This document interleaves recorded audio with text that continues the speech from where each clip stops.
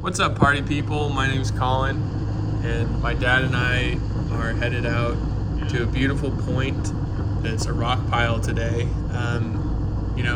As we're heading out, I'm looking at the conditions, and it's concerning that it's so overcast. It is about 6 a.m., so it will end up getting a lot sunnier. And I don't end up diving till about 10 a.m. This morning in beautiful Pensacola, Florida. So we're heading out across the bay. We're going to be heading out to the inlet right off of Sand Island. There's a nice rock pile there. One side of it's about 50 feet deep. The other side kind of slowly tapers off. And the deeper you get, the more chances you'll have to find some, bigger fish cruising in from deeper waters. That was me, Handsome Devil, driving the boat. And again, I'm just cruising out there, and I wanted to kind of show you guys the variation. And some days you go out and it doesn't look like it's going to be great conditions, but you wait for a little bit. And in this case, we kind of just drove the boat around for a while, and by 10 o'clock we had near perfect conditions for this spot. So I hope you guys enjoy the video, and we'll get into the diving. So by 10 a.m. you can see that the sky's cleared up. It's high tide, so generally I'm always looking to go out and dive at high tide, especially when I'm diving in the bay, because the visibility is always much better at that time of day. And as you can see, visibility is awesome today. It's about 15 to 20 feet. I've got my larger 110 Spear Pro Tectona with me today because the visibility is better, and I know I'm going to need something that gives me some more distance and range. This gun's an interesting gun because it does have a heavy trigger pull. So with this one, you'll see when I go to pull the trigger, I have to use two hands on it to steady it. Most, heavy 3-band guns like this, you will need to sometimes on a longer shot do a two-handed shot with it. And so you'll see me do that later in the video. But as of right now, just swimming around. There's tons of bait in the water, which is a great sign. Throughout the video, I'm diving through schools of fish. There's a lot of current at this spot, so that's definitely a factor. I find myself moving through it pretty quick, and it is pulling me forwards, so I know that when I go back, I'm gonna have to swim back to the boat, and that's a factor that I gotta pay attention to. So I initially, when it's shallower, had 2 bands on. I'm gonna throw 3 bands now to kind of make sure that I've got the correct range and accuracy that I need. I'm just cruising around, seeing what's available, doing my first dive. There's a snorkeler over here. I think I surprised him. What's up, man? What's up? Not much. Current's starting to get strong a little bit out there now. Huh? Current is starting to get a little strong out there now. He's warning me about the current, which Yeah, thanks, man. clearly I'm not too worried about that. So I'm just on my way. I'm sure that I scared him a little bit. It's not every day you see a dude with a big spear gun swimming around. He's probably worried about sharks too. So in these deeper spots, especially when it's an inlet that opens up to the Gulf, this is where I'm primarily concerned with seeing sharks. So you'll see my head's kind of on a swivel. I'm not on my average day where I'm really calm here because I'm diving solo, and there are some current and some condition changes here that get me on edge. So I'm definitely scanning around, and I'm not super familiar with this spot either. So this is kind of a learning experience for me. I'm feeling the current pulling me out. That guy just warned me about it, so putting me a little bit on edge, but I'm still exploring. That's not going to stop me from enjoying an awesome spot. So just going to continue drifting. You can see that the swell is picking up as well, so it's kind of moving me around at the top. I'm just sort of hanging on and looking around. This is a pretty cool little cliff that's underwater, drops to about 20-30 feet.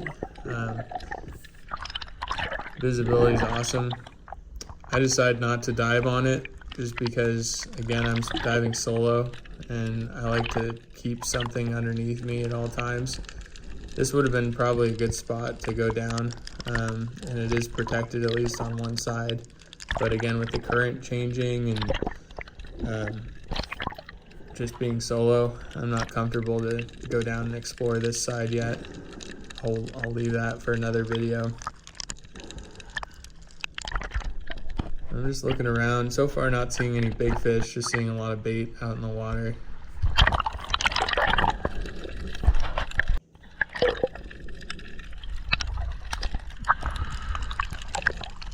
There's a lot of rubble. Looks like it used to be some kind of pier. Maybe a hurricane tore it down, something like that. This is one of the remaining remnants of it. Right here, just a little piece of pylon. And out in front of me, there's a big rock pile, tons of bait. I know that there's going to be some bigger fish cruising in. So I'm just hanging out, I'm looking around, I'm holding on to that pylon to conserve energy.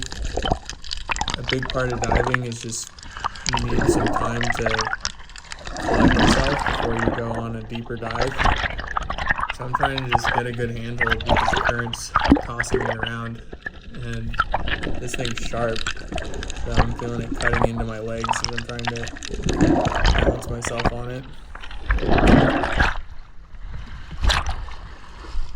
You can see that current's really pushing, but I'm starting to see some big fish, so I'm not going to let that hold me back.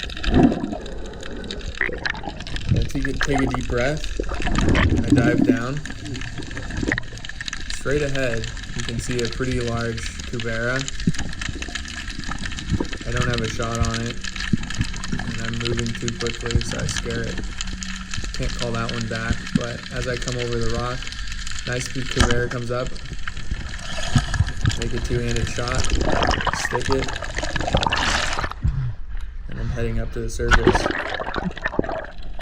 I didn't stone this fish, meaning kill it instantly with my first shot. So it swims off, and I'm basically having to fight it at the surface to keep it away from the rocks, from getting tangled. Spearfishing solo really gets sketchy with this. You can see it's trying to swim under a rock, and I really don't want it to do that. Not having a backup, I could be trying to pull it out of the rock. The sharks could show up, or I could get stuck down there. So luckily I'm able to grab it. It's a good 18 to 20 incher, which is awesome. So now I'm just going to grab it. I'm going to start swimming back to the boat because I don't have a backup diver to fend off sharks if they show up. And this thing's been flailing around. So my priority is just get it out of the water as quickly as I can. Of course, the current's really kicking up. I'm out of breath now, so I'm just trying to swim my way back to the boat. And I've got my finger on its mouth, and it actually clamps down on my finger, so you'll hear me groan from pain. And it feels like it's going to break my finger.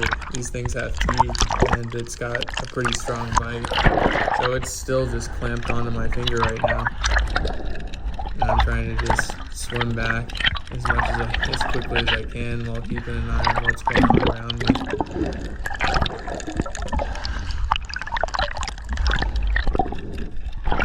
See all the bait swimming around, getting tangled up in the line. This is definitely not my smoothest dive here. But again, sometimes when you're on your first dive in a new spot, it's like that, especially when you're solo. If I had a buddy, I would be still back there reloading, maybe going for another one, but in this case, there's not really an option for that, so I'm just trying to get back to the boat safely, and I'm going to worry about getting another one later.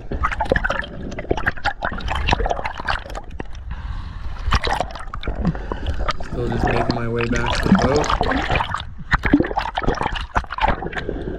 baits all around. So I'm looking at the fish, stoked. This is the first time I've had a chance to take a look at it. In the final moments of the dive, just checking the surroundings, everything's cool. And throwing the fish in the boat. And if you like the video, like and subscribe. I'll catch you on the flippity flip. Let's go, baby.